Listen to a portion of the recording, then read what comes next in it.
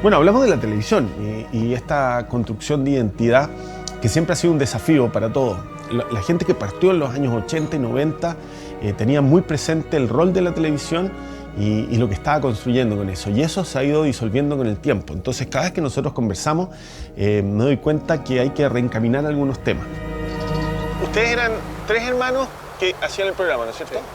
¿Por qué la naturaleza los 3, justo? ¿Estaban los 3 metidos en esto? La naturaleza nos juntó, digamos, porque yo había empezado a hacer documental político en un taller de cine con el de Soto en Televisión Nacional en el 71 y terminé exiliado en Venezuela 5 años.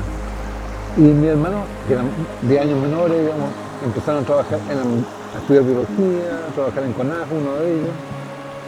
Y cuando volví de Venezuela, un tiempo después conocí a Rafael Richard, un ingeniero de Canal 13, que es mítico, un ingeniero de Canal 13. Lo conocí en una NAB y de repente surgió la noticia que TVN estaba contratando a Sergio Núñez para hacer La Tierra en que vivimos. Ah, sí. Entonces dije, es momento de plantear una serie documental y de carácter naturalista y algo etnográfico. Y los que sabían de naturaleza eran mis hermanos. Y qué mejor que trabajar con mis hermanos. Pero tú ya trabajabas en lo audiovisual. Yo sí, ellos no. Pero ellos eran biólogos y eran buenos fotógrafos de vida silvestre. Ah, ya. Ya tenían la fotografía. Claro. Entonces hubo una brecha virtuosa, porque si no probablemente nunca habríamos empezado con esa serie. Claro.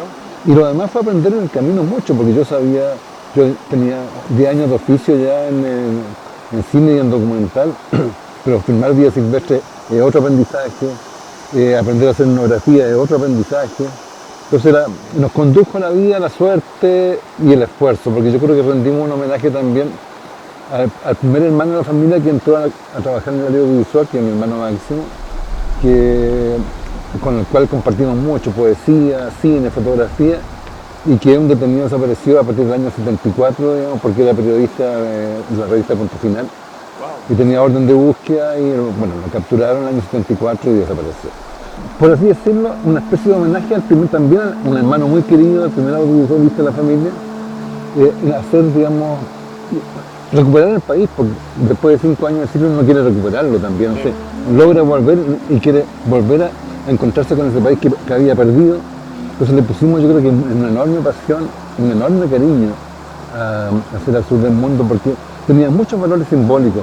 No solamente esa fauna que aprendimos a querer y a amar haciendo el capítulo, sino que todos estos otros contextos culturales, contextos familiares, nos llevaron a hacer, no sé, a hacerlo lo mejor que podíamos hacer.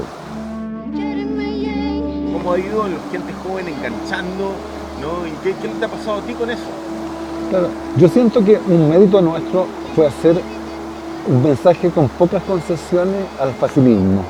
Es decir, con mucho amor a los contenidos, con mucho deseo de explicar, de filmar, de hacerlo estéticamente bello, pero que también entendible para el espectador. Siempre un cierto esfuerzo educativo. Contenidos que parecíamos, yo siempre sentía hace 20 años atrás que habíamos perdido todo, la batalla, todo lo que habíamos querido lograr con la serie, con los documentales. ¿Por qué? Porque la televisión cambió. No, y porque el auge de la depredación de la naturaleza, la curva de depredación seguía subiendo. Sí, entonces, bueno, no logramos convencer a nadie, no logramos cambiar nada. Y lo que cambió fue el público. Es decir, nosotros hicimos algo bien hecho, pero jamás pensamos que iba a durar. Y el público empezó a verlo primero en el 13 Cable, durante mucho tiempo, en el año 96, que no paraba el 13 Cable de emitir capítulos. Y después YouTube, el nuevo público, donde el 50% está fuera de Chile, pero donde hay mucho público joven de la edad de Cristóbal, digamos, tenemos 17, 18 años, no tanto, aumenta mucho de 24 a 30, tenemos el grueso de la audiencia entre 30 y 50, y baja curiosamente en los mayores de 50. O sea, hay un nuevo público para esos contenidos, y nuestro mérito fue contarlos bien, creo. Yo creo que hay un cierto acto desesperado, intuitivo, de la población humana, de los jóvenes sobre todo, de darse cuenta que se le está escapando esta belleza notable, infinita del mundo natural. Hay un grado de conciencia importante Y entonces empiezan a ver estos registros como una representación del país, de eso que están perdiendo, pero también como una especie de recuperación del paraíso perdido. Sí. Yo he sentido siempre que hay algo prusiano, digamos, en esa revuelta o revivir del mundo. Eso que se nos fue.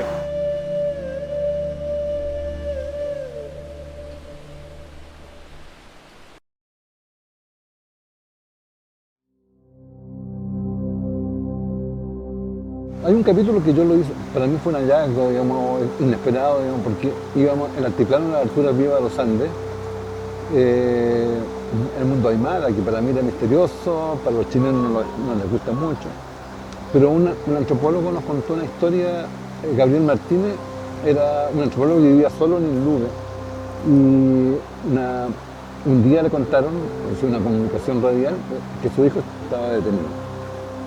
Y desesperado, conmojado, se fue a ver al fabriquero aymara que cuidaba la iglesia de Illuve, le llaman fabriquero al cuidador de la iglesia, y le leyó la coca. Le dijo, mira, te voy a leer la hoja de coca, de repente algo te puedo contar, digamos, y cuando no hay noticias, todo. Cualquier cosa puede servir. Claro, y le dijo, mira, tu hijo está vivo, está bien, va a volver, y los pájaros te van a avisar cuando vuelva.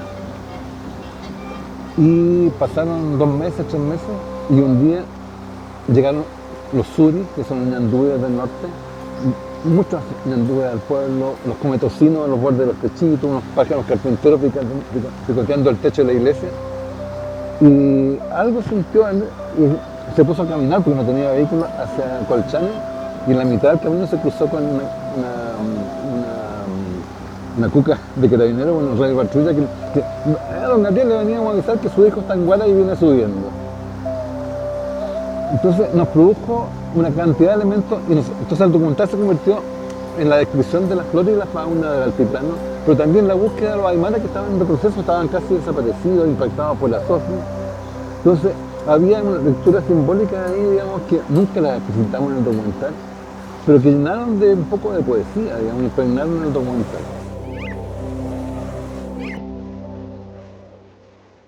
Un bosque que es un monocultivo globalizado, que todos piensan igual, aparece una plaga, un COVID-2 o 3, y se lleva el bosque completo. En cambio, un bosque nativo están tan lleno de especies distintas, incluso de infinitas especies que ni siquiera hemos descubierto todas, que siempre tiene algún recurso para sobrevivir. Entonces, de alguna manera, la identidad cultural, que yo la descubrí de forma extraña, porque yo cuando tenía una abuela y un papá muy italianos, una mamá muy chilena, y durante algún tiempo yo no sabía que era yo. Claro. Entonces, en esa búsqueda de empezar a explicarme quién era yo, de repente al final me di cuenta que no podía ni siquiera, sino que contenía las dos identidades.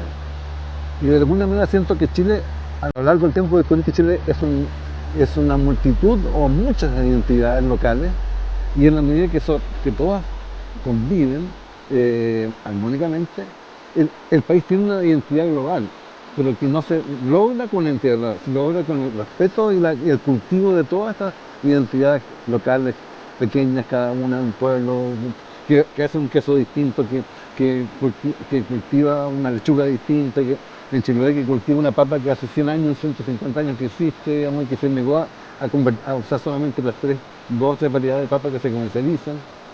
Y eso me parece que es una riqueza gigantesca y que, digamos, además tiene mucho que ver con entender el pasado estudiar el pasado para entender el presente y construir un mejor futuro. Sí. Yo creo que es fundamental, esas identidades reflejan nuestra historia. Sí. Y si entendemos por qué somos, de repente podemos ser más tolerantes con el otro que piensa distinto, que nació distinto. Y la tolerancia yo creo que es fundamental. Si hacemos el símil con los bosques, diríamos que nos fortalece en realidad la diversidad, ¿no? Y hace un pensamiento más complejo, tenemos más puntos de vista, ¿no? Estoy absolutamente de acuerdo.